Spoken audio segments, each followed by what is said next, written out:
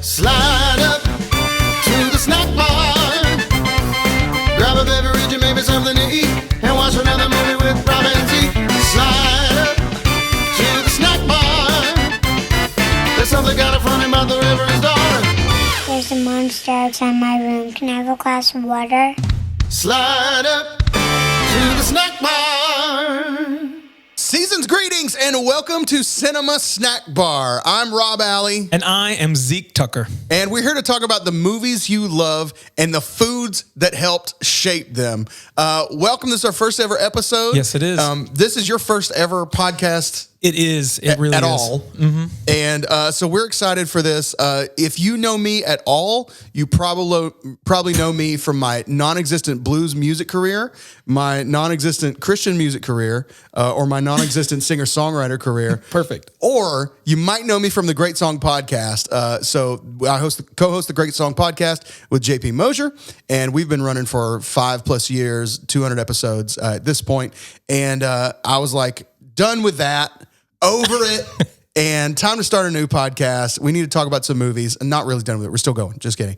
But so I called Zeke. Zeke is one of my best friends, one of my close people, and we both have strong opinions on movies. And Zeke has a different eye for things than I do, and he's a bit of an age gap. Or you're what? Just a little bit. 9 years younger than me. 32 here.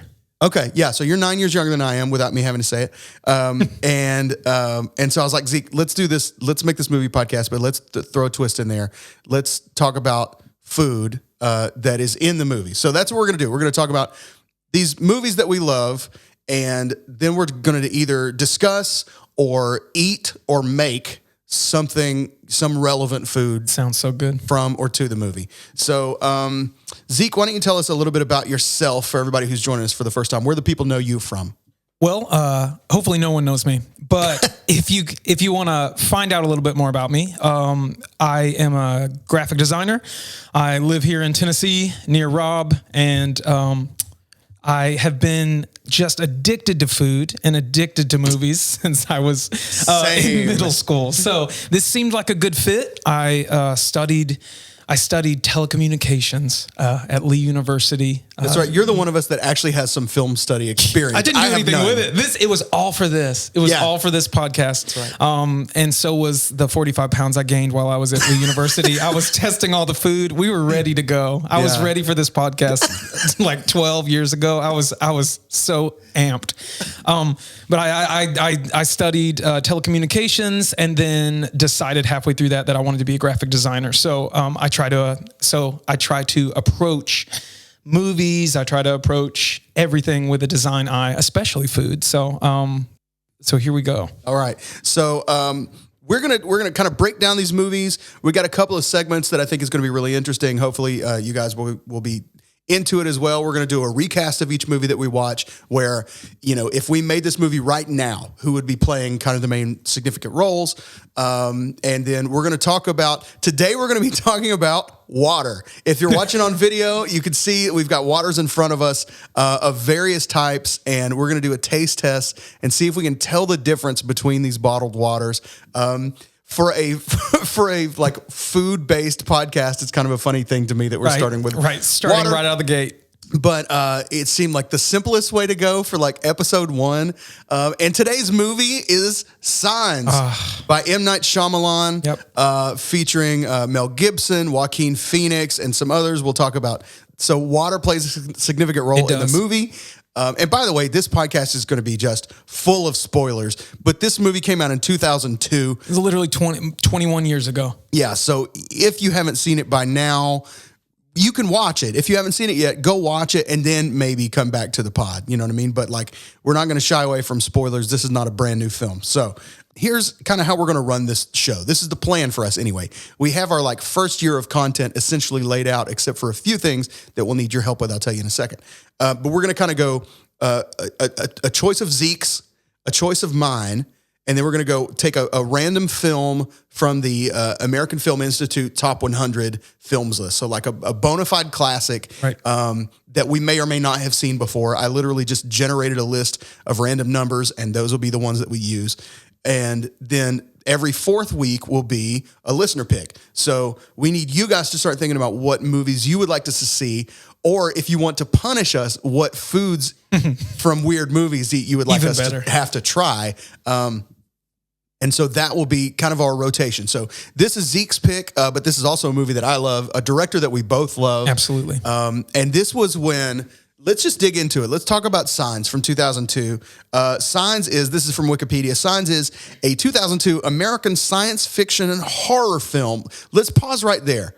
Is this a horror movie to you? I do not consider this a horror movie. I don't either. No. But a lot of the stuff that I've seen, obviously it has like horror elements. It has some like, sure. It has a few like jump scare kind of things, but most of it, I would consider this like a thriller or Right, for sure. a suspense movie. That's what this is to me. Not like real horror, but I guess M. Night Shyamalan kind of early on got that reputation after The Sixth Sense. Right. But that even to me is not a horror movie. Right. I don't think I feel like he didn't really get into his horror genre until later. And those are the movies I don't tend to love of his. But I just consider his early ones, his Sixth Sense, his Village, and Signs. I consider those like beautiful, weird thrillers. Yeah. And that's my favorite genre. That's my favorite like thing that he does. You are kind of a beautiful, weird thriller. Yes, exactly. If I could say so. So this was Shyamalan's third movie, if I'm right. Sixth Sense obviously blew up, killed everybody, you know, the twist of all twists. And then Unbreakable, which is one of my all-time favorite movies, was his second movie. And it was it did well, but it was a little bit underwhelming at first. But gosh, I love that movie so much. And then Signs in 2002. This is his third blockbuster. Yeah. He had a few before. Okay. Now after research, I was like, oh, those don't matter. There was like two before. Oh, I didn't know. They were like, it got him on the map. And it got him on the map as a writer, but it did not. It was not one of his like blockbusters, and I forget what the names are now. Interesting. But this is his like. Did you say second or third? Third, like big blockbuster. Okay. This is his third one that he's known for. Okay, great. Let's see. It was produced by M. Night Shyamalan, Frank Marshall, Kathleen Kennedy, and Sam Mercer. Produced by Blinding Edge Pictures, that's his, and the Kennedy Marshall Company. It was commercially distributed by Touchstone Pictures and by Touchstone Home Entertainment. And somewhere in all this, I saw that Buena Vista Pictures is involved with the distribution, which makes me go, does that make this a Disney movie? Right? Buena Vista. I saw that question. I saw that they're like, is this a Disney movie now? But I don't think so. I saw no final. It's streaming currently on HBO Max, so I don't know if that means anything or not. But a great cast. You've got Mel Gibson. And let's see, hold on. Let's just run down this cast really quick. The main cast, you've got Mel Gibson as Father Graham Hess, who is like he's not a retired Episcopal priest. He's walked away from the faith. Former Episcopal priest. And you've got Joaquin Phoenix, who is his younger brother, Merrill Hess.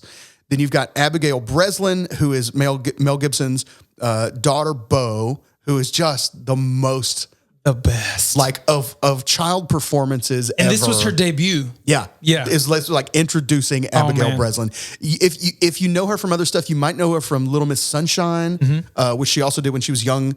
I mean, she's still young. Yeah. But this was 20 years ago at this point. But now she's just like a normal age actress, you know. Yeah. But Little Miss Sunshine was kind of a big breakout for her. She was the star. She was Little Miss Sunshine. Then you have Rory Culkin as Morgan Hess, the older brother. And Rory is, I believe, the youngest Culkin. Like, you know, there's all the Culkins. And it's hard to keep up with the ones, for me, it's hard to keep up with the ones that are not Macaulay. Right? Like Macaulay Culkin, everybody knows. But then there's Rory, there's Kieran, and there's another. I only knew the two. I only knew Rory and Macaulay. Oh, really? Yeah. That's all I know. No. There's definitely, because there's one of the other. I think it's Kieran. Kieran is blowing up right now. He's in some show on HBO or Showtime that he is. It's Kieran, but like Yeah, he's like coming. Oh, he was in Scott Pilgrim versus the World. That's Kieran thought Culkin. it was Rory. No, I'm pretty sure that's no, Kieran. I was going to be like, oh, well, I only know the ones that I've seen. Like, so I thought Rory Culkin was the one. Okay, I know Kieran. Okay, Culkin so, then. yeah, I think that's Kieran. Yeah, they all look very similar. Yes, and they Culkin genes. yeah, you know Culkin when you see Yeah, you one. do. Yeah, you one do. of them is also in Home Alone. One of them plays Macaulay Culkin's one of his younger I thought that siblings was a or joke. cousins. I thought you were like, you may not know this, but Macaulay Culkin was in Home Alone. No, one of the other Culkin brothers was in Home Alone also as a cousin or a younger sibling. And then you've got Officer Paskey, who's kind of the last of the main character or like main supporting character, and that is Cherry Jones. Cherry Jones. In the original. I don't really know her from anything else except for The Village, The Village. which was literally, those are Shyamalan's. the two movies that I know her from, but they are two of in my top tens. So Yeah. I have a fondness for Cherry Jones. Yeah, she's great.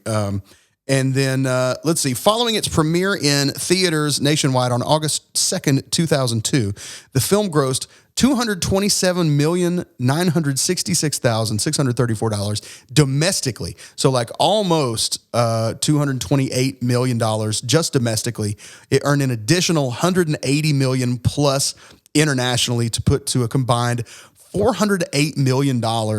So approaching $500 million for Signs. In 2002. In 2002, which is that's kind of crazy talk for what this was. For sure. But I think part of that rode on, first of all, it's a great movie.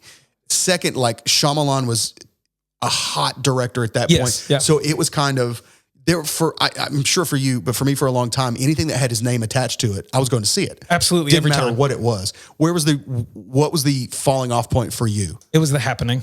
But I was there. I was like, I went to the theater, and it's like you have, when you really like something, or at least I do this, when you really like something, you will give it your all, and then it's like, it takes a lot for you to question it. Yeah. So I was like, at the end of that movie, and I was like, do I not like this movie? And and it was like, it was a moment for me to like, I had to question myself. Yeah. I had to, and I was like, do you not like M. Night Shyamalan anymore? And it was The Happening for sure.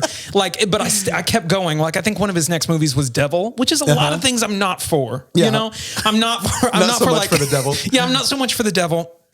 Or like explicitly like horror films. It's not my favorite genre. And I saw it nonetheless. And I was like, oh, this might be the end of this kind of thing for me, for M. Night Shyamalan. But there's a specific, like, beautiful few years where he put out some of my absolute favorite films. And then once The Happening hit, I went, Mark Wahlberg, this is not your best work.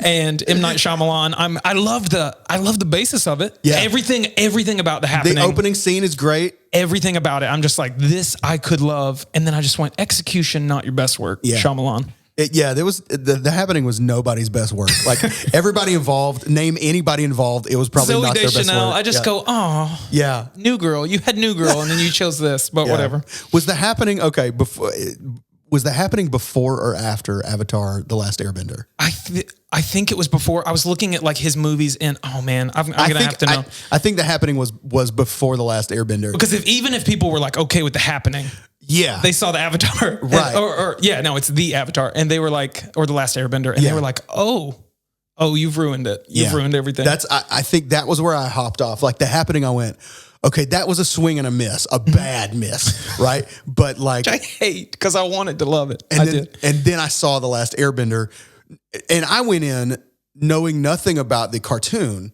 Right. You know, nothing about I did too. nothing I about did the too anime. at that time. So I was like, so it wasn't like, oh, this disrespects the original and, you know, the vision of the blah, blah, blah. I was just like, that sucks. That sucks a lot. But so since then, it's kind of be like, okay, when he puts something out, I'm like, I'm going to look at it, you know, and obviously Split was dope. And, it was. And then the revelation that brought him back for me. Yeah. Yes. The revelation that Split then was part of the Unbreakable universe, and then you get Glass after that. Because you don't, I don't know if spoiler, you don't really know that at the beginning. It's like, it's not advertised that it's a part of that trilogy. No. So that's the twist in Split is in the post-credit scene that you find out, oh, this is in the same universe as Unbreakable was. Yeah. And then, which, I was all in on it, right? Oh, like, yeah. so That blew my mind. That took that movie from from like a B to a B plus, A to A minus territory Yes, for me. yeah, I agree. And then Glass, which I waited my whole life for. You know what I mean? Yes, Like the it's so culmination good. of that was just perfect. I mean, one day I can't see any reason why we wouldn't do Unbreakable at some point, in season 6 of the show or whatever. But we'll get there. We are going to do, I think, there are several, a couple of at least Shyamalan films I think that we have on deck already. And they might all be for me. I don't know. But There's going to be Shyamalan. There's going to be Disney. There's going to be superheroes. You can count on that. And then there's going to be like, I don't know, Casablanca type stuff. Yeah. From that. It's going to be an odd mix because the AFI Top 100, a lot of those are not films that like either of us are like all It's about. not my go-to. Yeah. So, but interestingly enough, though, I think the first AFI film that we're doing is a Disney movie. Was it really? Yeah, I believe so, if I'm not mistaken. Okay. So, so we'll see. Stay tuned for that. Okay. Let's see. There's a lot of great stuff about the movie. Let's just talk about some favorite moments, favorite things. I'll say this. One of my, just watching it, trying to like dissect it a little bit. One of my favorite moments earlier on in the movie when they're first, Here's the plot of the movie. Okay. If you don't know the plot of the movie and you're just listening because you love us, first of all, thank you for you so listening. much. Second of all, here, let's fill you in a little bit. It's about aliens, okay? And it's about sort of faith and family and what would happen if aliens freaking took over. And so Mel Gibson's character, Father Graham Hess, is a priest who has turned his back on the faith. And basically what happens is one day, weird stuff starts happening, weird noises. They go out in the field and there's crop circles in his back fields. And so things start revealing themselves in a way that you realize, oh, this is real. An alien contact has been made, and then it's speculation about, is it a probe, as the army guy says, right? Or is it like an invasion? Are we in danger? Blah, blah, blah. And so the tension builds around, this through the lens of this one family about this alien invasion. And so that's kind of the tale. And it ends up, spoiler alert, the aliens are real and the aliens, interact with this family and blah, blah, blah, blah, blah. And sort of all over the globe, it turns out there's this huge, kind of War of the Worlds type, alien presence. So one of my favorite moments at first is they first think the crop circles are a joke done by what's it? Is it Lionel? Oh no, Lionel Pritchard and the Wolfington Brothers. And the Wolfington Brothers. I made a band. I made a graphic forever ago that I was like, if I was like a ska musician or a punk rock, that would be my band name. Yeah. Is Lionel Pritchard and the Wolfington Brothers. They quote it, and I was thinking about that. Whitney, my wife, and I were watching it last night. I got to be, like right there. I had to. It had to be fresh. So we were watching it last night, and I was like, within the first 30 minutes, Lionel Pritchard and the Wolfington Brothers are mentioned 4 times. Yeah. And I just go, that is too, like they never shorten it. They always say Lionel Pritchard and the Wolfington Brothers. Yeah. And I made a terrible like band graphic for that several years ago where I used an alien face and then I had it, I was about man. it. And if I was a ska musician, I would be like, that's my band name. That's great. It was fantastic. I would go, it could also be a great blues band name, right? Like Lionel Pritchard is a great blues name. Okay, and the you're Wolfington right. Brothers, you've got like Stevie Ray Vaughan and Double Trouble, that kind of thing. So yeah, that would be, so it's them. This gives me an opportunity to say, you can follow us on Instagram, at Cinema Snack Bar. And you can send us messages, ideas there for movies you would like for us to watch, either by DM or just commenting on something. Just, send us anything and we'll consider it. We'll pick what would either be our favorite or the most interesting, for each month to kind of dig into. I can't wait to see what you suggest. So first, follow us on Instagram at Cinema Snack Bar. Excuse me. And you should definitely try and find that logo if you can and post it in stories, or we'll post it on Instagram for sure. Okay. Anyway, so when they first are like, it's Lionel Pritchard and the Wolfington Brothers, they think they're, they have this great moment where they're trying to like chase him away. Right. And they run around the house and Meryl, Joaquin Phoenix's character, tells Mel Gibson's character to like act like a crazy, act like a madman and whatever. And he's like, what do you mean go crazy? And he's like, swear and stuff and yell and blah, blah, blah. And he's like, it doesn't sound natural. Yeah, it doesn't come natural. And everybody knows those people. Like, I mean, I'm one of those people, right? It doesn't sound right if I try and swear. It doesn't sound right coming out of my mouth. So Mel Gibson awkwardly running around his house, yelling and cursing. I am insane with anger. That's what he yells as he runs around. And I just go, oh, that's so good. He does that's like whenever people have to do a thing where they're acting and like double acting, right? So like he's acting like this character trying to act in another way. Yes.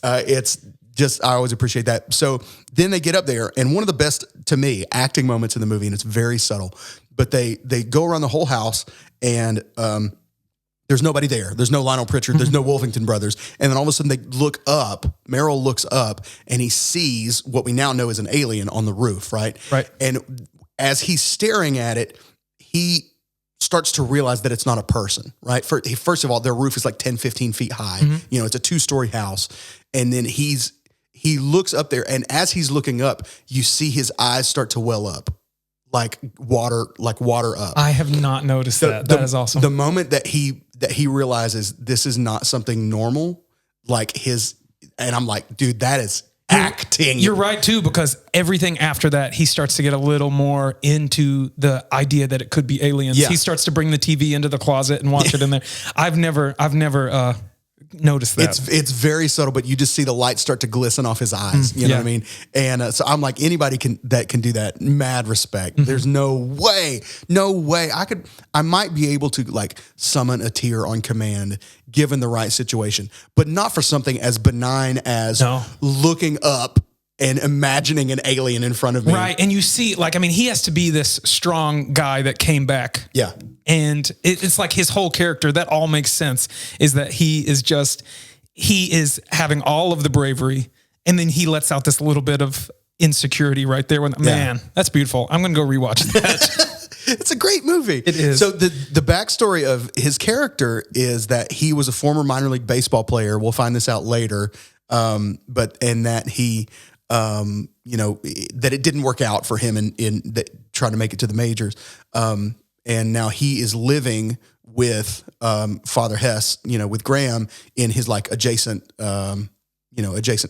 building there. It's kind of like a barn, I guess, that he's living in, really, right. But like a little side house on the property, because Graham's wife died 6 months prior to this movie in kind of a horrific accident. We find out that she got pinned by a truck and by a driver who fell asleep while he was driving, who we'll later find out is M. Night Shyamalan himself, who makes a cameo in his movie, as he was prone to do at this time.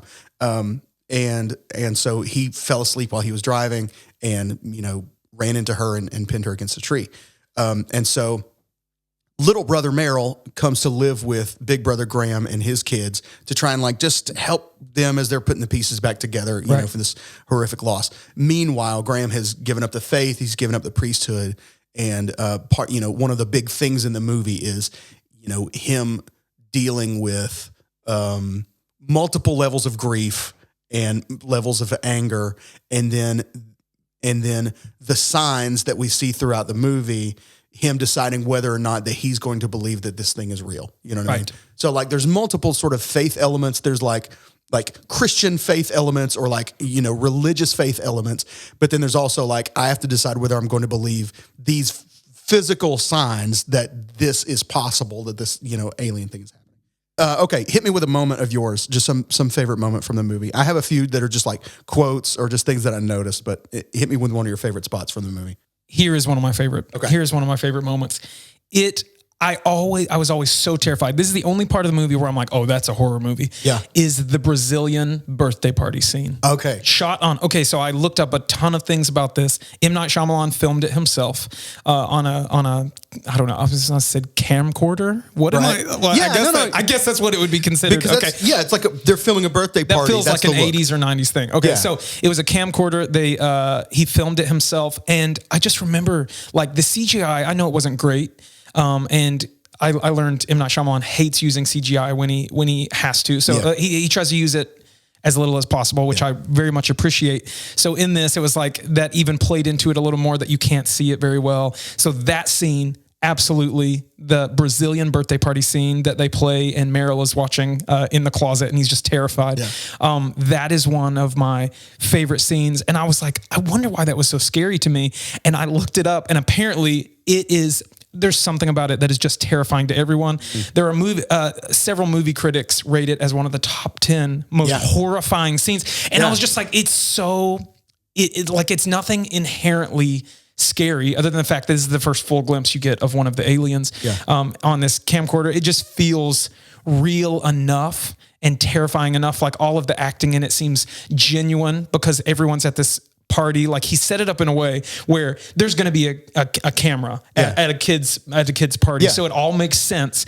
And I think it's because it feels so real, but that is one of my favorite ones. I remember I was 12 when this came out. Okay. Yeah. And I remember, I don't think I watched it for a few years because my parents were like, they were probably like, no, you can't do that. But I think it was probably like 15 or something. But I remember watching this in my cousin's house. I remember the room we were in, and I just went, I am absolutely horrified at whatever is happening. And it just seemed it's trivial, but somehow he made that scene one of the, like, it's burned into my mind for the rest of my life as one of the scariest scenes I've ever seen in cinema. And it's got a great like musical cue. It's like silence, silence, silence. You know what I mean? Which is and the then theme. Which is James Newton Howard did the score for this. And there's like, I'm kind of a music guy, and so if there's like, typical, significant music stuff, I'll usually talk about it. I don't feel super qualified to talk about scores, like cinematic orchestral scores. Not really my thing, but I'll say he did a great job of being restrained in this movie. There's not a lot of over scoring. You know what I mean? The main motif is like bum bum bum bum bum bum bum bum bum. And there's a lot of like dissonance which is where like notes rub against each other. They're not notes that would go in a chord together. Right. You know what I mean? And so it kind of uses that in like high pitches to like just put you kind of not at ease. Yeah. Yes. Uneasy. Yeah. But here, most of the work is done by silence. And then when the alien moves, you get kind of a whoom, you know what I mean? Right. That sound thing that makes you kind of jump. But one of the cool things about that shot is if you go back and watch it, and you may have noticed this already, but like the alien is in plain sight. Yeah. The alien is not hiding behind the thing. It's standing there, but it's camouflage. Like they have this camouflage. And so you just don't notice it. And I think that's part of the scare is that it was there and I didn't see it. Yeah. Because when it moves, you'll see the place where it was. It just isn't there anymore. And it's the same color as like the bushes it comes from behind, which may be one of the scary parts of this is because you realize right here, they can fully camouflage themselves. Yeah. Like we are in for a doozy. Yes. Like they're about to be able to fully camouflage themselves. Alien invasion about to be a doozy. It's about to be.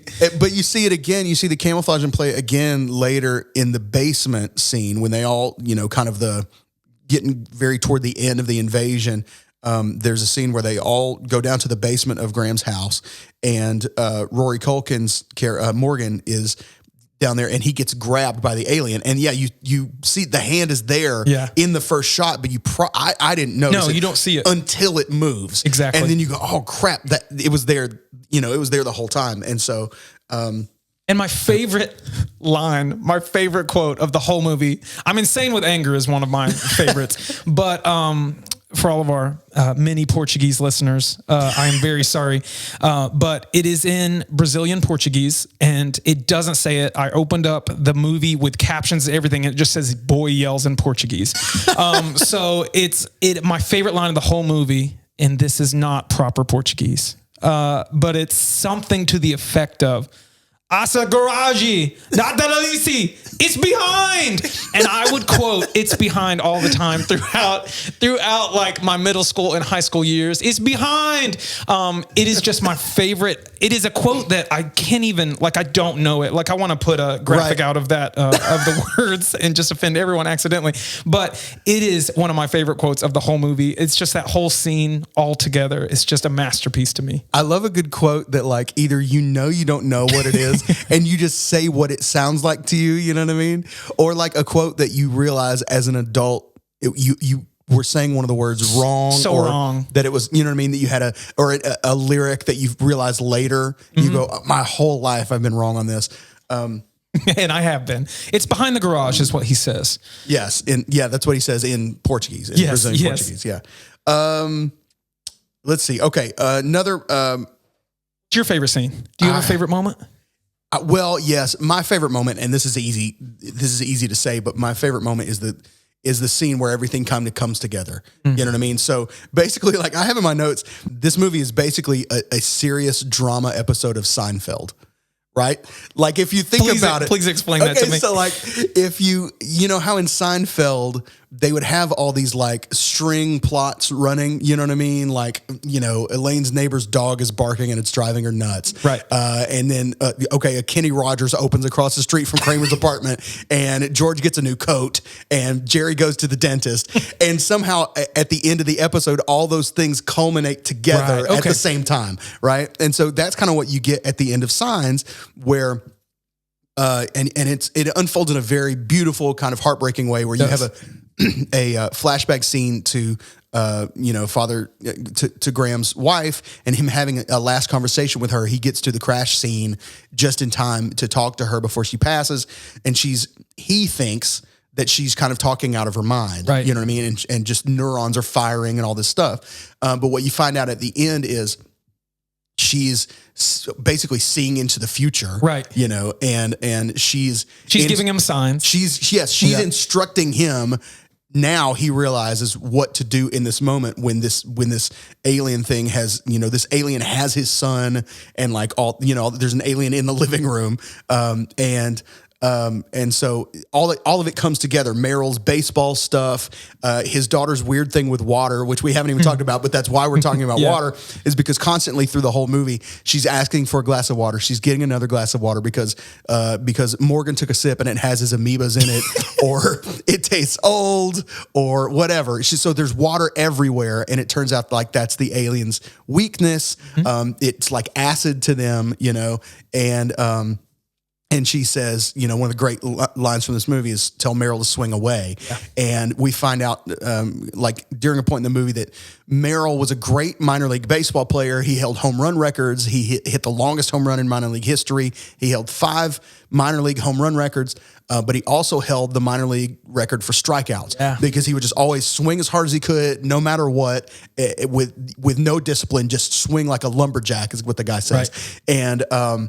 And so all that comes together at the very end. Even Morgan's asthma comes into play because the alien has this like poison gas wiener that comes out of his arm. And like in the moment, I didn't know what else to call it. I don't know. It's like a dog wiener that comes out of his arm and sprays poison gas. Oh, that's disgusting. Tell me I'm wrong, So though. visually accurate. Right? Okay, so... Gosh. Anyway, we'll leave that in. Sure. Why not? But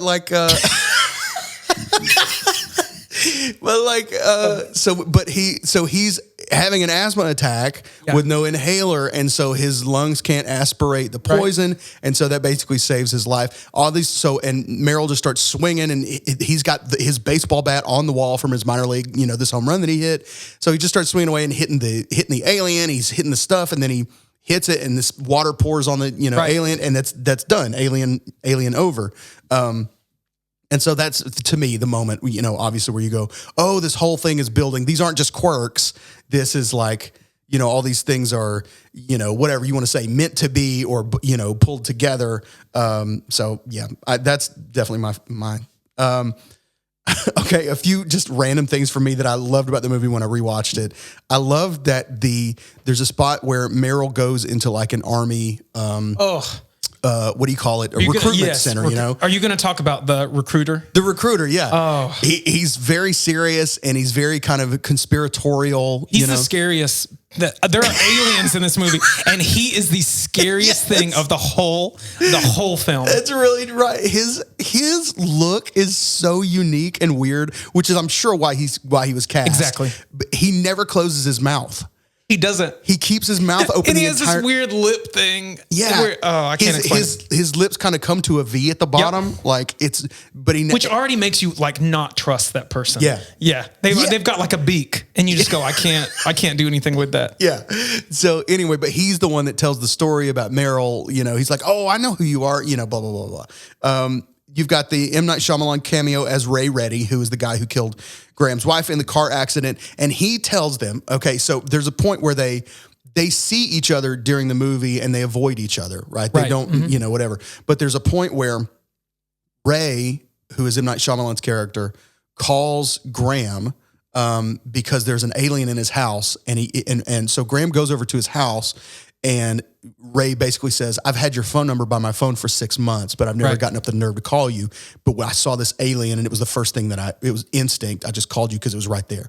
So they have a little conversation and Mel Gibson's acting in that scene is phenomenal. I think it's the best acting that M. Night Shyamalan does as well. Every time I watch that scene, I go, oh, okay, you're not necessarily an actor, but he's not an actor. Yeah. He's not an actor, but on that one, I go, this is believable. This is believable. I guess. You don't think so? I never find him good. Okay, so we did some research on this, and apparently, M. Night Shyamalan, he was crying in the scene, and he figured out he could do that. They took the fifth take. Okay, the fifth take is what they did, but up until then, what is his name? The lead character. Mel. Oh, Graham. Okay, sorry. Up until then, Mel Gibson kept talking in his like Braveheart accent. Oh, he kept talking to him, and he was like, Mel, I cannot turn on tears. So he was talking to him in just a heavy Scottish accent, and he was talking to him in a heavy Scottish accent, and he couldn't get through it. So up until then, they took the fifth take. Apparently, they did the fifth take, but we learned that was one of the.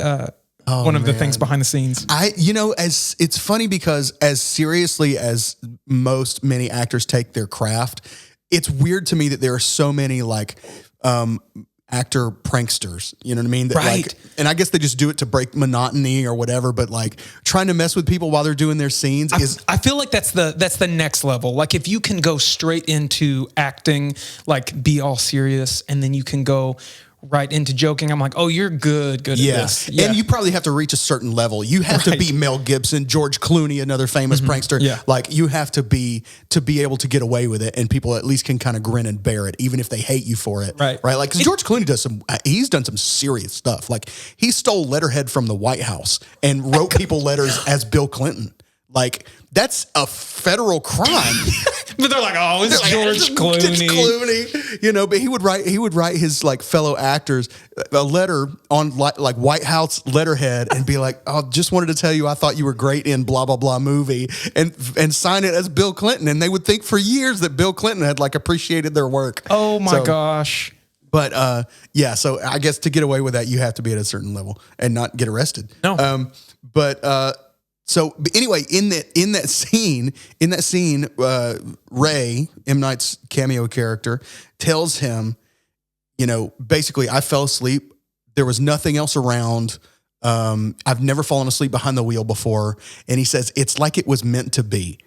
Would you tell that to a guy that you just killed his wife? We literally talked about that last night. I was like, why would anyone? And I know, like now I'm to the point watching movies where I go, why would they ever say that? And I go, oh, okay, they're telling a part about the story that makes sense. Right. But there's no other place to put it. Yeah. And I just went, oh, I just feel like that could have, I would never tell, I guess it was meant to be that I accidentally just cut your wife in half with my truck. Your whole life.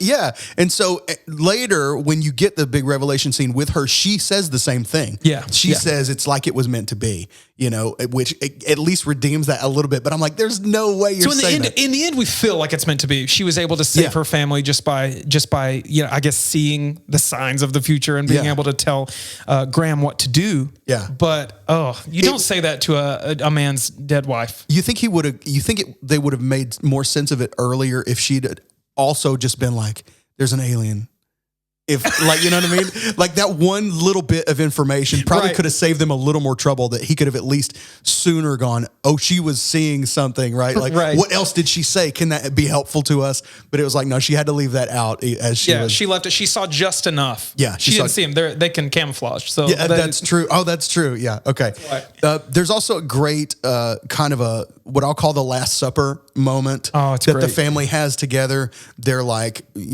basically Graham kind of internally comes to the conclusion this could be our last night. Mm-hmm. They know there's an alien in the house. They're trying to keep it from getting, or they know there's an alien trying to get to inside the house. Yes.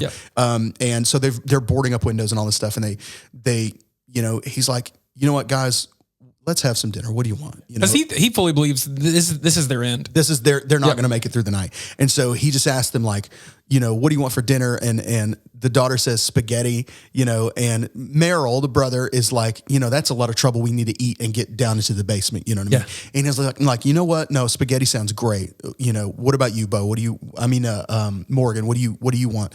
And he's like, anything, and he's like, yeah, just go for it. And so he's like, French toast and mashed potatoes. Yep, that's it.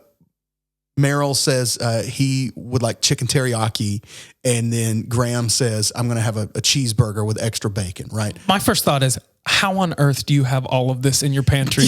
Okay, so this is what I was going to ask you is, if there's an alien right now, okay, and know this is your last night, with what you have in your house right now, what are you making? Oh, no. In my house right now. With your current grocery order. A very small batch of nachos. Okay. Okay, we always have black beans. Right now we have chips, so we could do some nachos. Oh, we have no cheese, though. That's terrible nacho. Oh. Can't go down without cheese. No, we have no meat. We have a limited salad supply. We have some cookies in the freezer, but they're not good. They're not good cookies. Like every day, like it is, like when you want something sweet and you're like, I'm not going out. And you're like, oh, we got those crap cookies in the freezer. Yeah. That's what we have right now. And then we have like some really old frozen falafels. So it's going to be a bad last meal.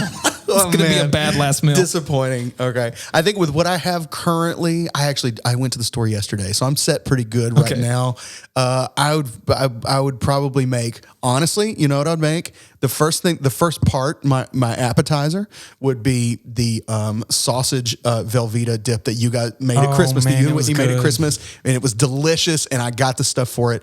And then probably some nachos, with that too. Because if we do some good things, we're gonna have to start putting out recipes. On here. Absolutely. We're like, here we go. This is our recipe. So we'll post our nacho, our Velveeta, sausage dip at some point. Yeah. Okay. A few more notes for me. This is really interesting. The aliens have less than 5 minutes of total screen time. They have less screen time than the shark from Jaws. Oh my gosh. This is one of my favorite things in movies is where your imagination plays the enemy, the alien, the bad guy, plays all of that up. Less than 5 minutes of screen time just made this movie for me. In The Village, it's kind of the same thing. I'm not going to go too far into that, but I've figured out when I can put in all of the information myself and I create the tension in the movie. Oh man, that's my favorite thing. And he did that a lot at the beginning of his career. Sure. Yeah. And and that's even counting, in the final scene of them, he's like standing in the open in the living room, right? There's a whole scene of him getting fought with a baseball bat. And that's bat most and all of it. that That's got to be like 4 out of the 5 minutes. Exactly. So, it's just a crazy amount of letting your imagination do the scaring for you, because a lot of times it can be because you bring your own fears into it. You do. The director isn't necessarily even you don't want to pop all the corn. As a director, you don't want to give all of the information because that immediately takes it out of it. That's when I see thriller or horror movies and they show the full bad guy, the monster. Yeah. I'm just like, I'm done. Dude, did you make that up? You don't want to pop all the corn? No, a friend of ours, Josh Geiselman. Okay. I love you, Josh Geiselman. I am positive he got that from someone else. Okay. I just don't know who that is. But you don't want to pop all the corn is something I use a lot of the time. brilliant. I love that so much. Yeah, Josh Geiselman, I love you so much. He steals most of what he says and repurposes it, and Sure. I love that. I'm a fan of it because then I steal it again. Is exactly what I'm doing right now. I mean, that's part of being an informed person. That's one of the reasons that like you read or keep up with the news. Oh, it's just is so that you regurgitating can- that information. Absolutely. Okay. You don't have to be the one that makes up everything. I saw a quote, and I'm not even going to attribute it to the person that I saw it from, but it said, "You know, you're a true artist when you, oh gosh, what was it? You know, you're becoming a true artist when you steal something." Oh crap, I can't even think. But it was basically like, you know, you've really been dedicated to your craft when you steal something and do it without remorse for the purposes of making your art more beautiful. I stand by that.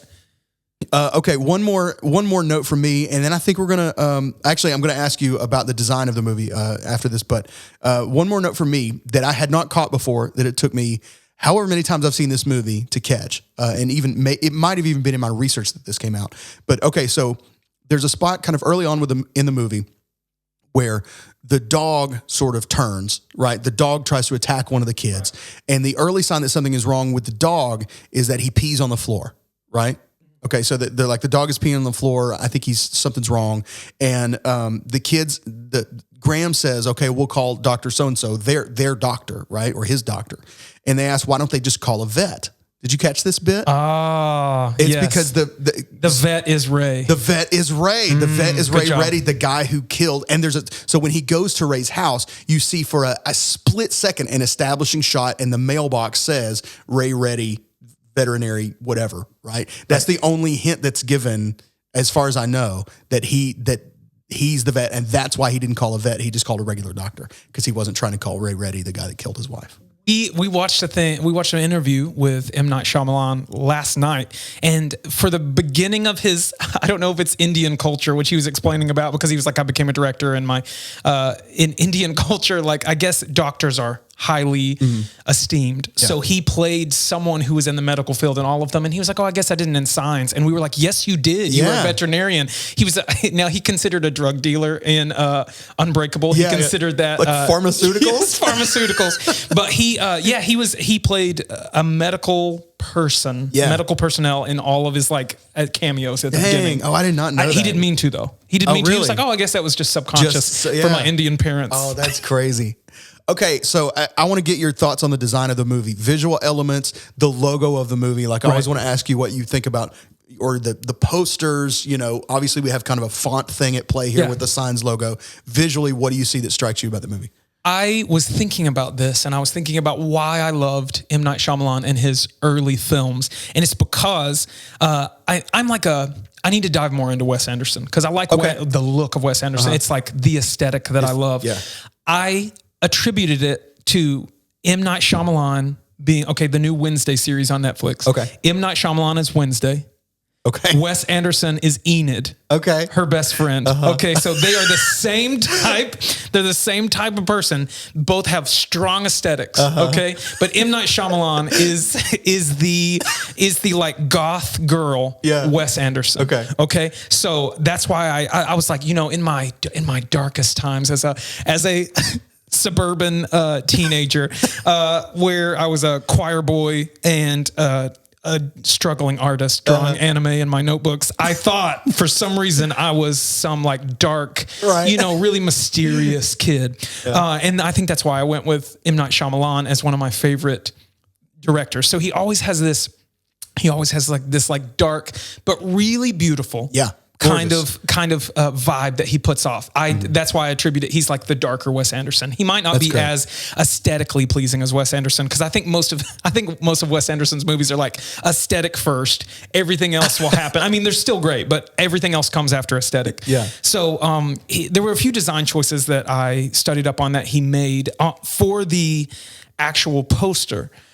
He made sure that Mel Gibson was not the main thing. And I'm looking at it right now. Mel Gibson, they all have equal footing. He was like, there is no star in this movie. I want it to be all about that. Because I think Sixth Sense has the lead. Oh man, what's his name? Yeah, it's like Bruce Willis's forehead is the photo. Exactly. So he was like, I don't want that. I don't want this to seem like Sixth Sense. I'm going to make it where it is different. People don't like, it's riding off the coattails of Sixth Sense, but it's not anything like it. Right. So he wanted to make sure that was how it did. I also researched the logo, and this is how I feel so happy about this, but I've taught my wife Whitney how to identify if something is handwritten. You're talking about our producer Whitney, who's here with us right now, doing all of our filming. Okay. I've taught her how to do this. She goes, okay, well, you can tell it's not. You can tell it's a font because both of the S's are the same. And I went, oh man, baby, thank you. Being handwritten. Yes, versus it being handwritten. Yeah. So I'll always look for the same letter. Now this is not they're different. You can change out font letters and make them each different, but for the most part, I will look at the same letters and be like, okay, well, what is, are they the same? And you can see on the first S and the last S, all of the little things are the same. Could not find the font anywhere. Okay. Couldn't see if it was a custom font. There is one that I can't tell if it was the original font or if it's something that somebody made based on the font. And it's called, if you ever want to use it, it's called Zichin 2.0. Okay. So you can look that up. There's a very specific type of font and cover that he laid right into that genre and he went with it. The early 2000s alien invasion font. Yeah. It always looks like a distorted typewriter. Yeah. Yes. All the time. Yes. Every time. It is Roswell, stuff like that. Yeah. Now that I'm thinking about that, I'm like, I don't know if that's the same, if the font is the same, but it is always high contrast. It is high contrast cover. It's normally like blue or green or like this reddish orange, which is what the sign's cover is. And was Sixth Sense too. And yes, exactly. So it's in that genre. It is the same. It's like basically a variation of that typewriter distorted font and everything. However, this one, so normally I hate that. I have a few of those on Photoshop and I use them when the time is right. But what makes this one perfect is the G. Yes. The G in the middle that also works as a crop circle. It is, it's perfect. I love it. I absolutely love this design. At the time, I was like, this is the greatest design I've ever seen. Looking back, like there was probably like 5 years ago where I was like, oh man, that's crap. And it looks like all the other Alien movies, but he was in the time frame of all those other Alien movies. Yeah. And it fit the bill. Now I look back and I go, that is a beautiful G. Like that G, the G in the middle of signs, the fact that it's right in the middle of the word, that it's 2, maybe 3 times bigger than all of the other letters. I don't know. I think it is absolutely beautiful. Yeah. I look back and I go, it matches the theme. Now, I feel like the only thing they could have done a little bit different looking back is the movie is so blue. Okay. The movie as a whole, blue-green. You look at all the lighting of the movie. I would have made the title blue-green. Also, I would have made there's like an overlay poster, over the whole poster that's like yellowy orange. I don't know, that makes blue is a calming color. Yeah. So you may not want that, but if it's also cold.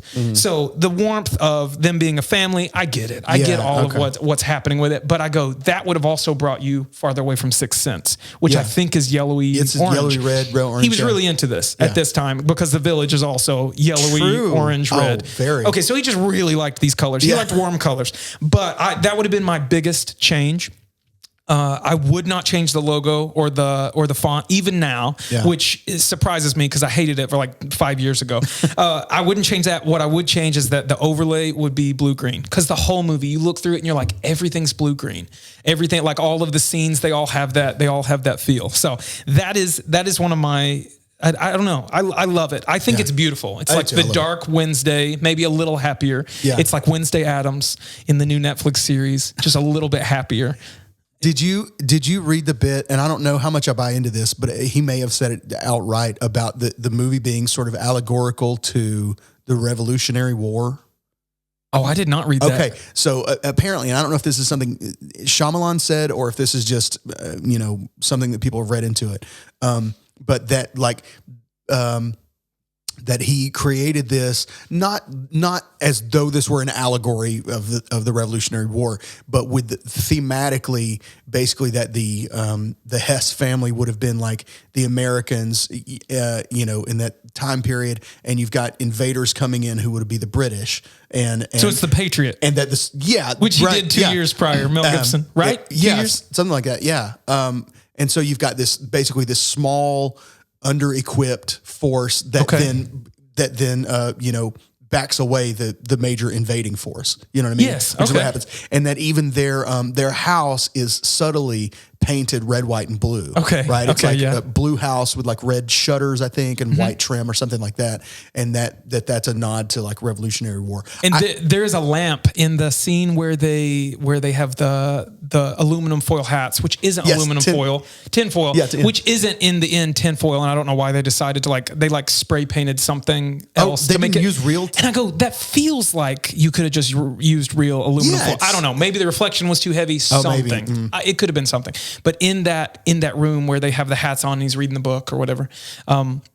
The lamp in the background is a soldier. Is like is it? Okay. Yeah, from that era. Like, so okay. So maybe so. I read that it was a nod to Mel Gibson in The Patriot, which was 2 years prior, Yeah, I think. it was like 99, something like that. Yeah, so I read that it was a nod to that, but that makes sense if Okay. it's anything like that, because there are so many relate. It's so related. Yeah. Slide up to the snack bar. Okay, let's move to a segment we're going to call the recast. Yeah. This is something that we are hoping to do every episode, where we talk about, if we made this movie right now, who would we cast in the significant roles? So you want to go first, since this is your movie? This is my movie. Yes, I will go first. Okay. I had some people that Whitney just did not agree with. I won't mention Whitney every 10 minutes, but She's great. this was last night, and our producer, did not agree with me on some of these. But I stand by them. I stand by them because I tried to think of the complexity of each of these roles.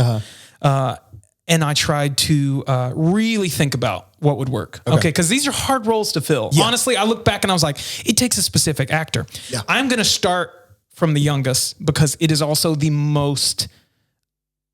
It is the biggest letdown of my group. Okay. Yeah. Bo Hess, which is Abigail Breslin, I recast as literally no one. There is no one in the world right now. There's no 5-year-old that could do this, because she was 5 when they did this movie. I studied, and I felt terrible, because I was like, hey, will you look these up? Because I don't feel right looking up actresses under 10 right now. Yeah. And I was like, I don't like this, but I looked, there is like no actress with the emotional capability of Abigail Breslin right now under maybe 18. Yeah. Like, it got to it when I was like, maybe like all I keep thinking about is the Fannings. Like, I'm like, Dakota Fanning at 5 could have done this. And Elle Fanning at 5 could have done this. Abigail Breslin at 5 could have done this. And maybe like a weird version of the girl who plays Rue. Is that her name? Off of Hunger Games? Oh gosh, I don't know. Okay. The little girl that dies in the Hunger Games. Okay. I was like, maybe she could have played this. I could not think of anyone. There was no one. I'll tell you, I said the exact same thing. Did I you said really? there's literally nobody else could have done that the way that she did. There's no one. Like, that I know. This is going to be a job for a Hollywood casting director. You know what I mean? They know these people. Like and some we don't. unnamed little girl or little boy that could have just like devoured this role. Yeah. No one. There was no one else. Like, I studied. Everything else came a little faster. Yeah. But that one I just went, there's no one. Fully agree. Okay, good. So we move on to the older brother, Morgan Hess, who was played by Rory Culkin. I hate saying that name. So hard to say. Rural juror. Rory Culkin, who played Morgan Hess. Have you ever seen the movie The Wilder People? Wilder People. Okay. I don't think so. There is a kid, and I'm pretty sure he is an Australian actor. Okay. That he is the only one I could think of for this one, and his name is Julian Dennison. Okay. Okay, this is the kid. I'm showing you the photo right now. Okay. We'll put up a photo of him, maybe. Julian Dennison, because he is dark enough but funny enough to play this role. Okay. He is definitely a different weight class than Rory Culkin was, but I think that would have added a New America kind of vibe to it, where, he's a little, Julian Dennison's a bigger boy. Yeah. But you can still buy, anybody can have asthma. So Absolutely. Part of Rory's thing is the asthma kind of makes him feel weak and small, smallish, but it doesn't have to be that way. Right. So he would have been my pick. I saw The Wilder People, and it's a comedy, which is funny. That's the only thing I've really seen him in. and really appreciated, but I just know he's got the dark side kind of thing to him. He can be real dark and gloomy, but also funny, which I feel like is a good quality of this character. Okay. For my Morgan, I had a hard time finding a Morgan too. Just younger actors, I feel like I just know less about them, you know? Exactly. So, but I went with a guy named Noah Jupe. He was on my list. Oh, he was my second place. He was my second place. Yeah. Okay, so he played the son in A Quiet Place. Oh, absolutely. He was who I picked until I went, oh, Julian Dennison. Okay. So he's about the right age. He's a little older, I think, but he's, he could play it, and he's got kind of he could play a little younger. I think that he really is. Absolutely. So that would be my Morgan. Man, that would be great. The next. Now, here is where I feel like out of all my picks, this is the one that I go, you did good, Zeke. Okay. You did it. For Merrill Hess, played by Joaquin Phoenix, Anthony Ramos Martinez, who is he's in Hamilton. He is the lead in The Heights. In The Heights, yeah. He is top tier in terms of this. And I don't know if I picked him as for this character, for Merrill Hess, you got to have an equal amount of don't care and pretty boy. It's got to be right in the middle. Okay. So Anthony Ramos Martinez, I don't know if it's because he's Hispanic that I go, you could be a baseball player. Yeah. You could be a really successful baseball player. I don't know. He gives the same vibe where he could be a little dark, but he cares deeply about his family. Dude, he kills everything that he's in. I love him as an actor. He's great. Okay, I had a couple choices, and I think Anthony Ramos is great. I went with Zachary Levi. Oh, who is Shazam, who was in Chuck, whatever. He, to me, kind of has that same quality that Joaquin Phoenix had. He could be kind of jockey, and funny, you know what I mean? But would also be serious when it's time to get serious. So I went with Zachary Levi. I thought also funny enough that and now his name has left my brain. That 70s show. Fez? No. Oh, okay. I can see that. No, but you're definitely dedicated to having a non-white in these roles. I am, and I can appreciate that. What's his name? Oh my gosh, his name starts with an A. And Ashton Kutcher. I thought Ashton Kutcher in you forgot Ashton Kutcher's name. I don't don't know how. I have a poster of him on my wall. But no, do you really? To this day, no. Oh, okay. In my bedroom. That was so. it was so believable that I went, Ashton Kutcher's on your wall.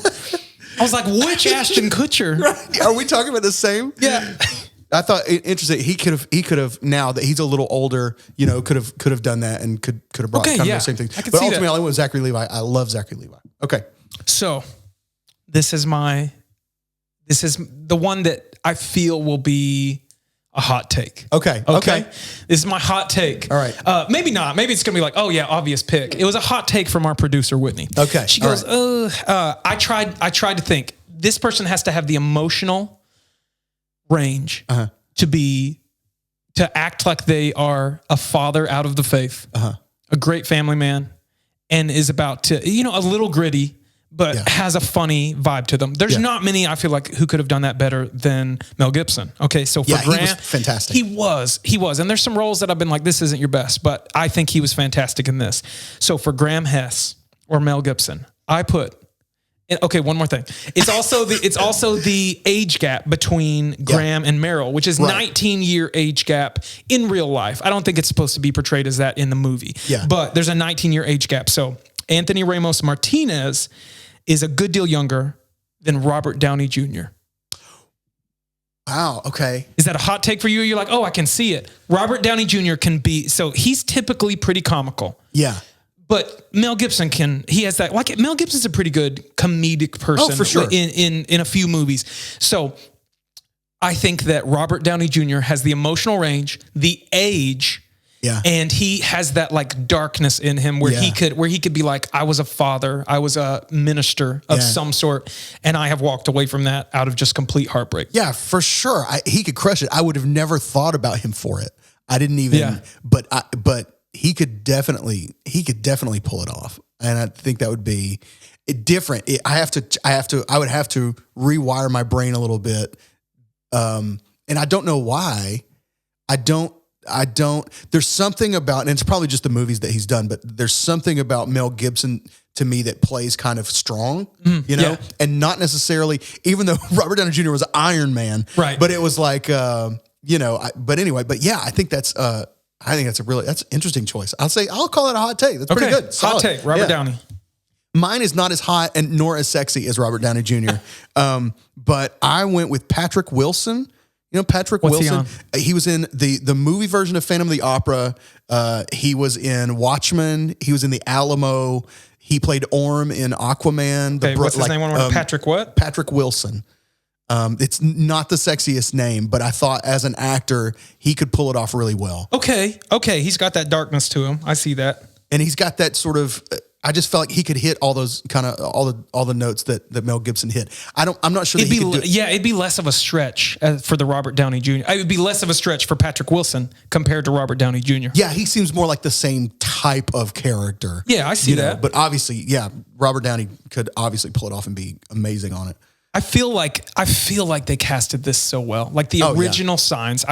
That's why when I look at these things, I go, feels like me picking second place. It feels like in everything, it feels like I'm picking second place to recast it. Sure. It doesn't feel like I improved anything. I just feel like in current time, this is who could do it. Because we're in the age of the remake anyway. Right. This is 20 years old. It's almost right.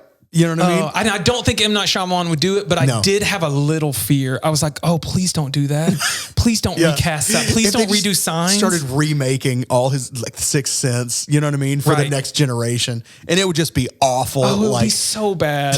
And then you can't remake things that have such huge twists. Yeah, I mean, I guess you can. You have to make a new twist. You would have to. The expected twist has to change, and then you have to, whatever you have to throw. You'd have to, if you were to remake specifically the Sixth Sense, anything that has a big twist that's right at the very end, you would have to subvert that from the very beginning, right? You would have to do something in the very beginning that makes it clear that what you think is going to happen is not going to happen. And then you spend the rest of the movie in suspense then, but only once you find out that that's not going to happen, you know what I mean? That, it's not that they've been dead the whole time, then you can have fun watching the rest of the movie. Absolutely. Absolutely. You have to not debunk it, but you just have to throw it out in the beginning and be like, oh, this is going to be a different movie. Yeah, exactly. Yeah. I have one, maybe not it is a fact, but every member of the Hess family, except for Mel Gibson, have in real life actor siblings. So Breslin, Joaquin Phoenix had River Phoenix, of course, yeah. and of course Culkin. There's the whole Culkin family. Yeah. So it's the whole Culkin family. Everyone but Mel Gibson. And one of the random facts that I read on this is that, and now this makes sense, and this is specifically why I didn't choose him for Meryl Hess, is because it was Meryl Hess. Joaquin Phoenix was originally supposed to be played by, the Hulk. What's his name? Oh, why am I Norton? forgetting? No, the new Hulk. Why did out of all the Lou Ferrigno? Oh my gosh. No, what's his name? Yeah, everybody knows he's the Hulk. Mark Ruffalo. Thank you, Producer Whitney. Yes, obviously Mark Ruffalo. So that would have made sense. And that's specifically why I didn't choose him as the recast, because I was like, oh, that makes sense. Like that kind of not too attractive, but like gruff kind of guy. It would have made sense. But he had a brain tumor. He had a brain tumor that ended up being benign. Okay. So that is why he did not play that role. Wow. And then they brought in Joaquin Phoenix, which I love Mark Ruffalo, and I like him in roles like this more than I like him in Marvel movies. He's great in Marvel movies, but I like him more in roles like this. But I'm super happy it was Joaquin Phoenix. Yeah. I feel like it was a slightly better pick. He's great. Okay. So I think unless you have something else, that's going to conclude our coverage of the movie. That's good. We're going to move on to some food stuff. Let's take a quick break. We'll be right back. In the meantime, stop what you're doing and go follow us on Instagram at Cinema Snack Bar. Share it with your friends. Please tell them what you're doing. If you like what you're hearing so far, listen, this is just episode 1. We're just learning how to do this thing together, right? It's only going to get better from here. So if you like this, follow us at Cinema Snack Bar. You can go to cinemasnackbar.com and see archives there, although there aren't really any yet. You can see this archived. You can literally just see this on a website instead of your phone.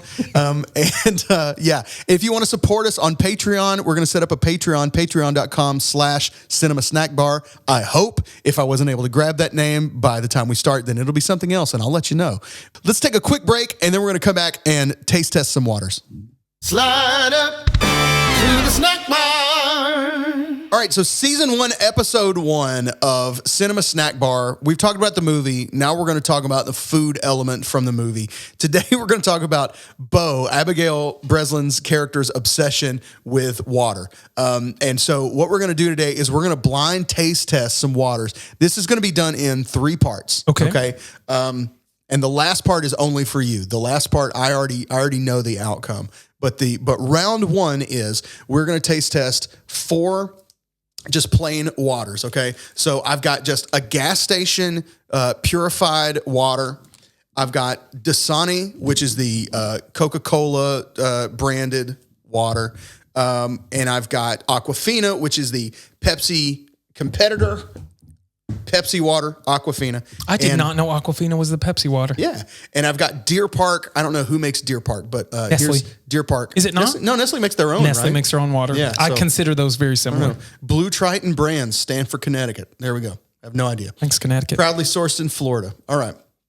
So we're gonna blind taste test these. I'll let you go first. I'll pour, you taste, and you're gonna tell me round 1, is it Dasani, Aquafina, gas station water, or Deer Park? Oh man, okay. All right. So start with part 1. I'm gonna go ahead and uncap them all. Okay, are we doing this one at the beginning of the year because New Year's resolutions? New Year's. It is now. This is the only calorie-less thing that we can do. Yeah, everybody's off soda right now. It's like, okay. First of all, I'm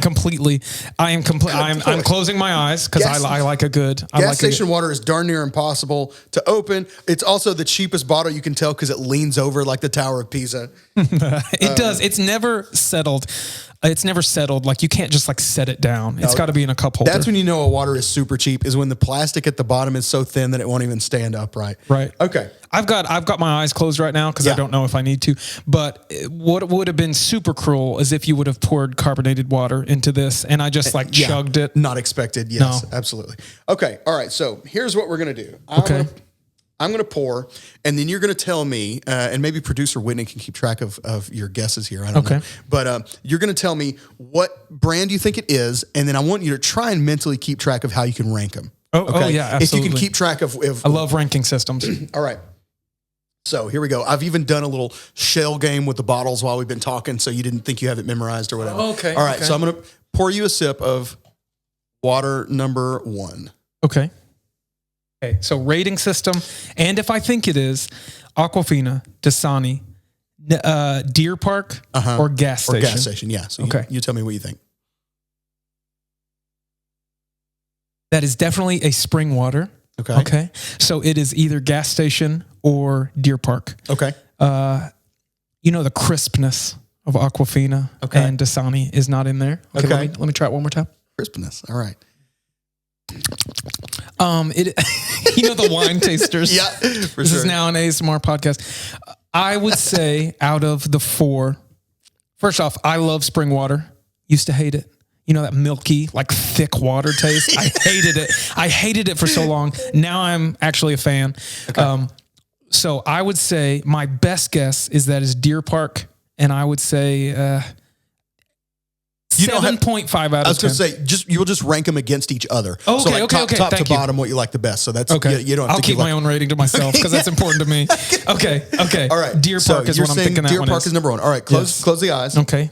I'm shielded. I'm using horse shield blinders with my hands. All right. Here we go. Number 2. Okay. Oh, let me show it to the camera for folks who are watching the video. Fully closed. All right. Fully closed. Okay. There we go. Bring it back. All right. Oh, here. Yeah, I'll put it in your hand. Sorry. Okay. We're flying blind here. All right. Okay. Go for it. Okay. Second water. Need good suspenseful music for this. That's absolutely Aquafina. Okay.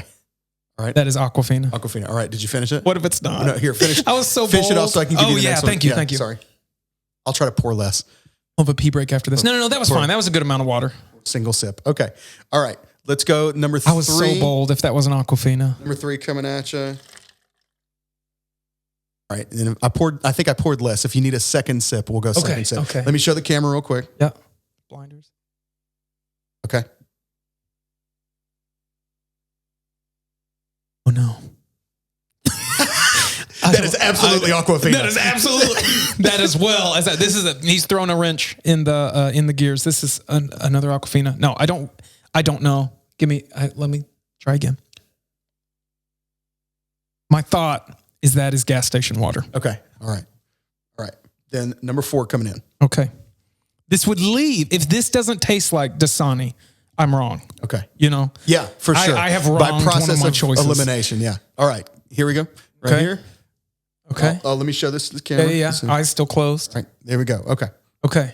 And I guess I'll have to tell our audio friends. Well, our audio friends will find out when you do whether or not you were right or wrong. That's Dasani. I'm proud of it. All right. So starting from the top, you got them all wrong. No. Oh man. Starting from the top, your very first was Aquafina. Oh, it's Is that thicker right? than Yeah. I remember. Okay. Aquafina was first. Second, you guessed it was Deer Park. Second was Deer Park. Oh no. The third, which you declared absolutely Aquafina, was gas station. Gas station, and then the last was Dasani. No. Did I flip it? I'm sorry. The third was Dasani, and then the fourth was gas station. Wow, I'm terrible at this. And as a once vegan, I just feel like I should know water. I don't know why, but I failed you all. I should have a good grip on I this. failed you all. All right, my turn. I'll let you pour. I'm going to keep the eyes closed. You can flash the camera if you want to. Oh, is that what kind of podcast we are? Yeah, I mean, hey, Cinema Snack Bar after dark. Okay, this is our first one. All right. Yeah, that's enough. You went with deep analysis at first. You were like, this is a spring water. This is like, It wasn't either. It wasn't a spring water. I did a little research on how to tell like spring water, mineral water, and even like in carbonated waters, how to Right. tell like tonic from club soda, from, all this stuff. It's pretty interesting, actually. There's some of it that's naturally carbonated. What? And that, yeah. So like carbonated mineral water is natural. They don't carbonate it? The carbonation comes from, I'm doing all this with my eyes closed. The carbonation comes from, can I open my eyes? Yes. Yeah, Okay. you can. Okay. I put everything back. The carbonation from certain brands, right? It comes from a natural source, and it's the salt and minerals in the water that carbonate it and make it like effervescent. I will never drink that the same anymore. So that's like carbonated mineral water. That's my go-to. It's exactly as it's found. It's filtered naturally. It's nothing. So it's like what is a carbonated mineral water? What do I drink? Is it Perrier? So you've got like stuff Perrier, like that? yeah, Perrier. That's my go-to. And like it's Pellegrino. They're not taking mineral water and carbonating it and then which is exactly what I thought it was. No. So now, the alternative would be like club soda. So club soda is carbonated water that they add the like minerals to. So it tastes similar, but it's not natural. But it has the kind of the same, taste and my favorite word, mouthfeel as the regular mineral water. And then there's just like straight up sparkling water, which is just all fake. Like it's what we do at home with like Soda Stream. Absolutely. That kind One of of my stuff. favorite It's just things. whatever, water might be filtered, might be, purified or whatever, and then just added carbonation, but no added minerals. But you can go on Amazon and buy a bottle of minerals to like mineral drops to put in your water to make it like, Pellegrino or whatever. I am learning so much. I did not know. Now my gas station pick, I know that it is all natural. It feels better. That's right. It's like it feels better, but also I go, why? Why are you carbonated? Because of minerals. It's so why are weird. they making you do this? It seems unthinkable. Okay. All right. I'm going through the taste test. All right. Number 4. So No, you can open your eyes now. Oh, that's true. Yeah, because okay. I've all right. So put it's everything either back. Dasani, Aquafina, gas station, or Deer Park. Deer Park. Okay. All right. I have a hopeful outcome for this, Okay. which is I hope to be right, but also No one typically hopes to be wrong. Did you rank your favorites? Yes. Not based on the taste test. I ranked my favorites based on what I pick at a gas station, though. Okay. All right. I think interesting. I think I'm going to say that's Aquafina. Okay. Aquamafina. Aquamafina. Went with that extra syllable in there. Oh, we should have had Aquafina as a guest on this podcast. That would have been great. Man. She's great. Funding though, you know. Yeah. Okay, number 2. All right, number 2. Tell me when. Give me just a second. Yep. This is what number 2 is, okay? Okay. Okay. You can open your eyes. It's all back. I feel like I can taste better with my eyes closed. Okay, yeah. Remove another sense and then that I'm one. not really liking this one, Okay. which normally I would reserve for Aquafina. But you've already picked Aquafina. But I've already picked Aquafina. I'm going to say this is a gas station. I'm going to say this is that generic gas station water. Okay. So this one you liked lesser. I liked less, yeah. So far that's on the bottom. But you thought the first one was Aquafina and you First don't one like I Aquafina. thought was Aquafina, and I thought it was fine. You don't necessarily like either of the picks that have happened so far. Not really, no. Okay. I'm not a big just straight up water drinker, though. Keep them closed. learned to love carbonated water. You guys you taught me that. Man, we love some carbonated water. This is pick I finally number got 3. on the like LaCroix train, the flavored sparkling water, and then now I'm just straight up just sparkling water. Okay. It is, yeah, you can, once you can get past that, it's nice. You know, just a little spice to the water. It's just a little spice. All right, so number 3, this is a lot. Good. Okay. I don't want to drink this much water. Okay. All right. That's got to be Dasani. That tastes like salt. Okay, so you have guessed Aquafina, gas station, Dasani. I don't like bottled water. That's okay. That's okay. I like tap water. All right. I forgot which one I hadn't picked because I was trying to memorize your picks. This is why Producer Whitney's here. Yeah, she is pointing to what's happening. Keeping us on track. Here's our 4th pick. Okay. Okay, I'll pour a little less this time. This is our 4th and final one. Which means that I have to choose Deer Park here. That's my only remaining does choice. this settle as Deer Park to you? I think so because it's pleasant, and Deer Park is the only one of those that I like. Okay. So I'm going to say Deer Park.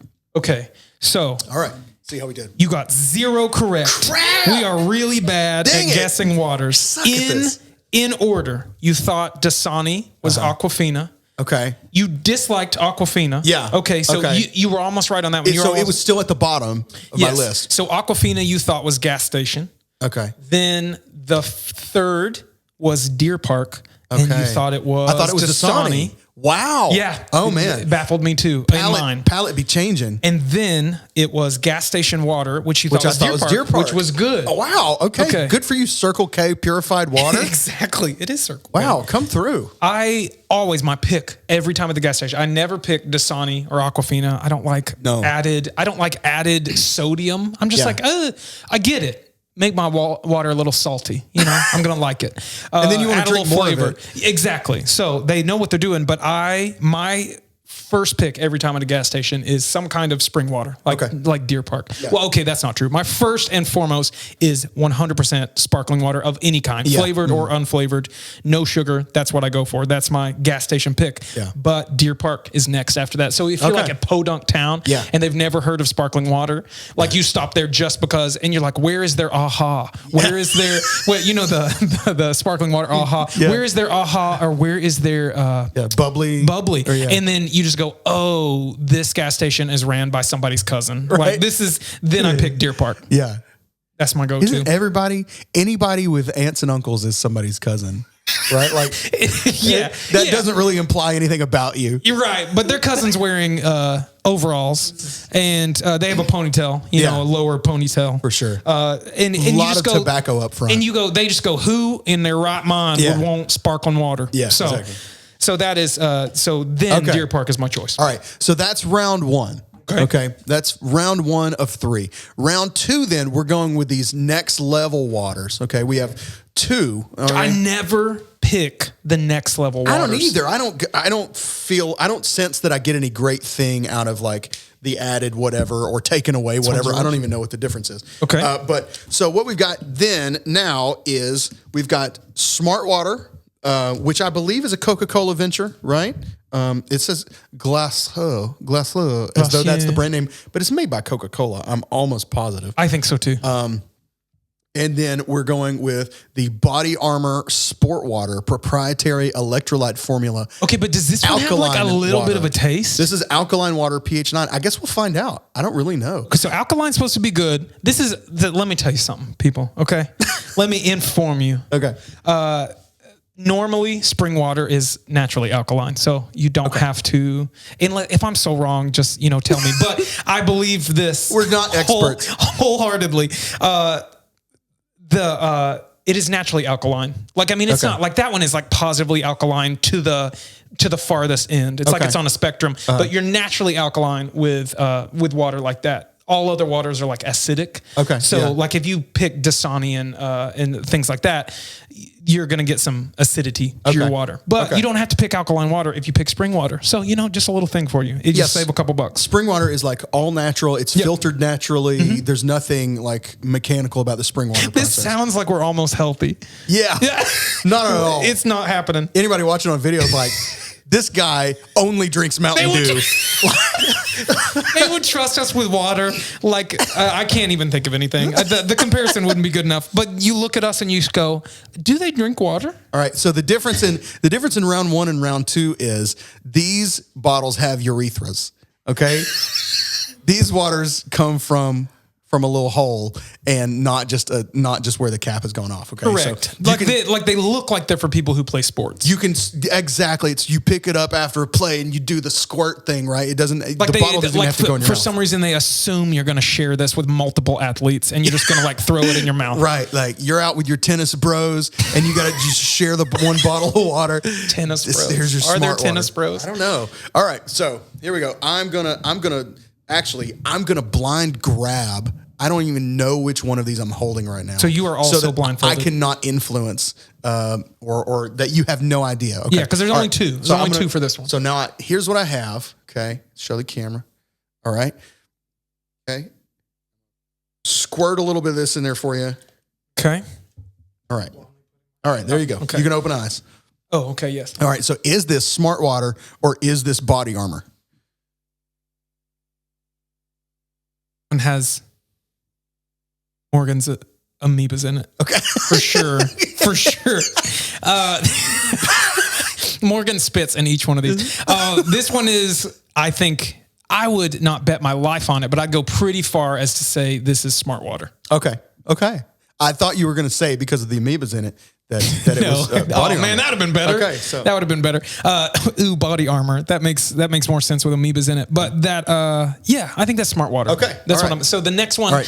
So in my eyes closed. calculations has to be Body Armor. Correct. Alkaline +9. All right, here we go. Squirt. Pass.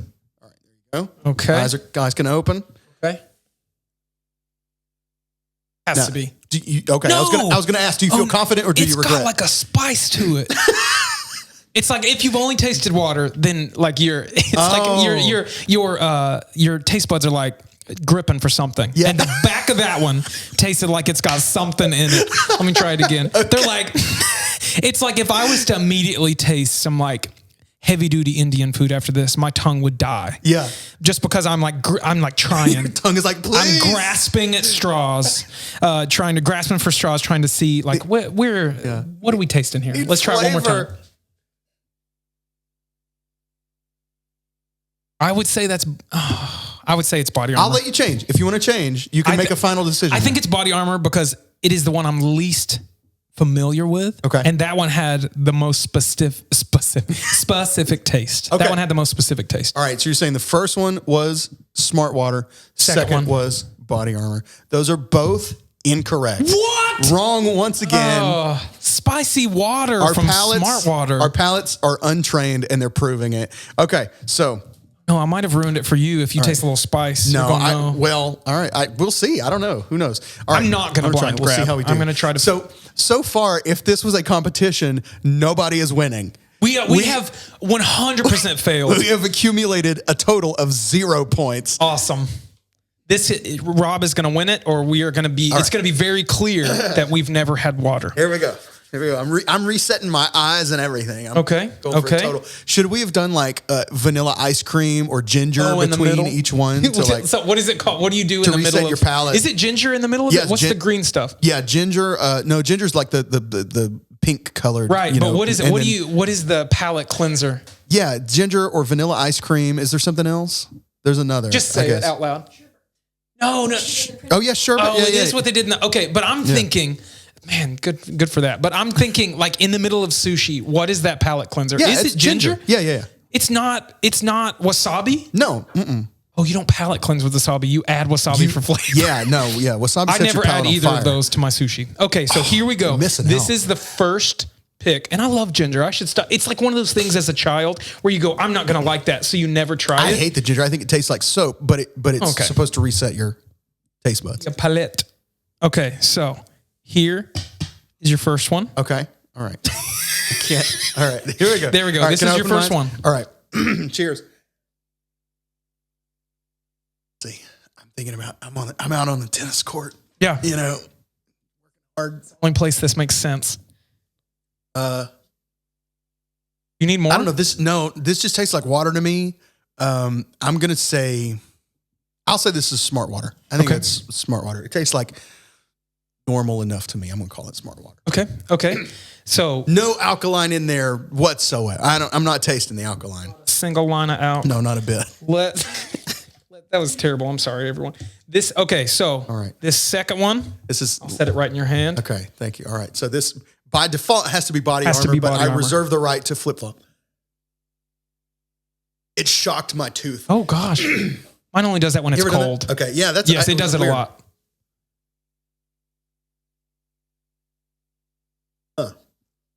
Why do you say huh? Because it does taste different from the other a little bit. I'm gonna guess. I'm gonna stick with it. I think that's body armor. Okay. All right. How'd I do? 100% wrong. Dang it! I thought I had failed right then because I told you that Smart Water had the spiciest. It had the different. Smart Water, out of all of the waters, people, Smart Water has the most flavor. And I don't know why that is. Wow. I don't want to know it, but Smart Water has that little bit of different. Okay, so I think maybe this was just kind of based on my expectation. So when I taste things, I taste a lot in terms of audio. Okay. Like, so this tastes trebly or this tastes bassy. And so Spring water tastes bassy. So to me, this tasted bassy, and I expected it to. Okay. No, I guess this tasted bassy. Yeah, I Smart Water expected tasted this like to bass. taste bassy. This tasted more trebly, which maybe is what you were calling spicy. Yes. You know what I mean? Yeah, it has a little at the end. You know, I don't know how to explain it. So funny. Okay. All right. So we're 0 for everything at this point. So that means we're going to round 3. And this will be for all the marbles. If Zeke can do this, I'm going to bring out a secret weapon. I'm going to have you close your eyes in a second. I'm going to bring out a single carbonated water. Okay. And if you can guess, I'll give you a range. Am I supposed to guess the flavor or? No, not the flavor. It's unflavored. Okay. But if you can guess the brand, then you have won the whatever prize. This is everything I've been building up to. Okay. So I'll be back. So eyes are closed. This is cold. It adds a slight disadvantage to me. I was going to say, does it make it harder for you? It has to, right? Because it's like if you let ice cream sit for just a second and then you go, man, there's the sugar part of it. I think you can more purely taste it. Actually, I'm going to put it under the table because can you hand me your cup to your left? So you can open your eyes because I've hidden the water. Oh, okay, good. All right. Okay. My cup? Right. Yeah, I handed you yours. All right. So I'm going to show the camera what we're working with here. Unflavored. Okay. This is Do I need to guess if it's mineral? Unflavored. No, you don't have to guess if it's mineral. Okay, Let's see if you can guess. Okay, now that does give me a slight disadvantage because I know it has a cap. No. It's just a liter. It's a liter. Oh, okay. bottle. I thought you opened something. I was like, okay, that's a different thing if it has a cap or it has a, you know. Oh, yeah. So. Okay. Now, all right. Take a guess here. Okay. All right. Is this Perrier, Topo Chico, or Pellegrino? Okay, there it is. Oh, sorry. I know didn't answer. Pellegrino the least. Oh, I'm going to open my eyes now? Okay, yeah. Okay. Open them away just in case. Right. So, Topo Chico, Pellegrino, or Perrier. Yeah.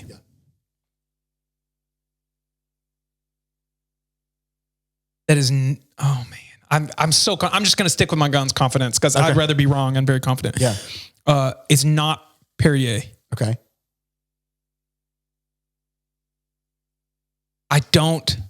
I'm basing all of this off the fact that I just don't know. What is the third one? It's not Topo Chico. Say Pellegrino. I don't drink Pellegrino very often. So one more time. Pellegrino sounds pretty fancy. I don't know if it is. I think it's Topo Chico.